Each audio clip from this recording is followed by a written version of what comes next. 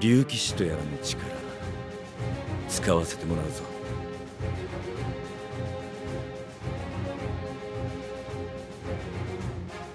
Ho ho.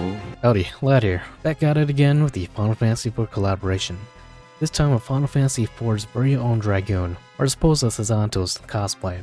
Our version of Kain is a merchant of the Power faction and hailing from the Final Fantasy IV series.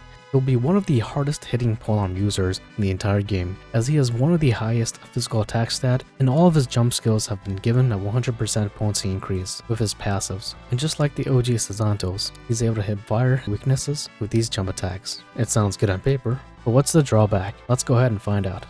Starting like always, his VA, Jun Fukushima. He voices of course the OG EXSazantos, COTC's Theo, and also my boy Kazuma from Konosuba. Definitely a familiar voice anywhere. But let's go ahead and head on over to his notable damaging skills. Now for his notable damaging skills, whatever is highlighted in green are his global and C buffs. His first attack is a SP cost of 48, the 3-hit single target polearm physical damage attack that exploits light. This has a potency of 65, and he gives himself a polearm damage up by 15% for 2 turns. For his TP skill, it's an SP cost of 70. It's a 3 to 6 hit single target polearm physical damage attack, and it's based on the boost level, potency 85, 75 to 70. At maxed boost, he gets dead aim, which is always crit. And for his buffs, he got a 10% physical defense and polearm resist for each hit for 1 turn. His third ability is a SP cost of 108 that goes to 86. It's a 4-hit single target polearm physical damage attack, and this has been buffed to 6 hits with a 1-turn jump delay. It exploits fire and wind but cannot break. The potency has been reduced from 195 to 140 to compensate for the added hits. He gets a self-damage cap up of 50,000, and at 6 stars, this becomes 70,000. His last skill is an SP cost of 56 that becomes 45. It's a 1-hit AoE wind elemental damage attack, potency 180, and if you consume 1 or more BP, this becomes a 3-hit AoE. For his EX skill, originally it was after 4 turns, but now it's any turn, and 1 usage per battle. He goes first and deals an 8-hit single target polearm physical damage and exploits fire and wind with a potency of 30.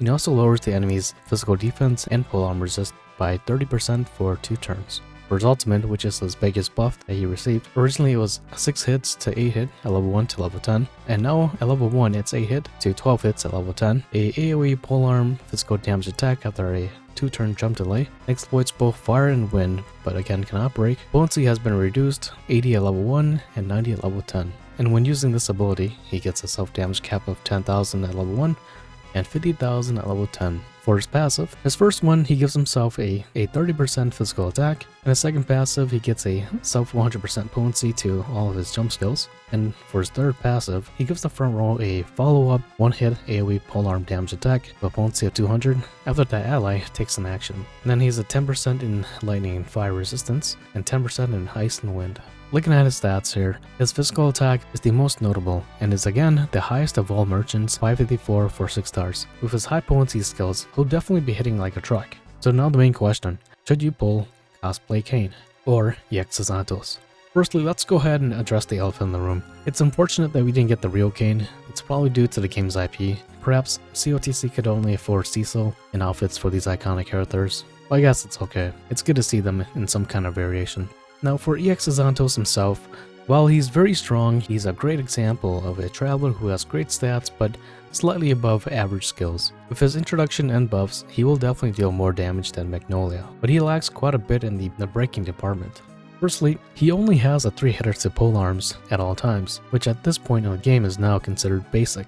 His TP skill is a 6-hitter, but requires you to use 3 or more BP to get access to it. We have characters like Magnolia who can hit 7 times with the enemy as slowed, and then we also have Partitio's AoE 6-hitter if he uses 3 or more BP. So he's not the greatest when it comes to breaking shields. Even with his passive, when he jumps and gives your allies a +1 hit polearm attack, at the most you're only getting 3 hits with that.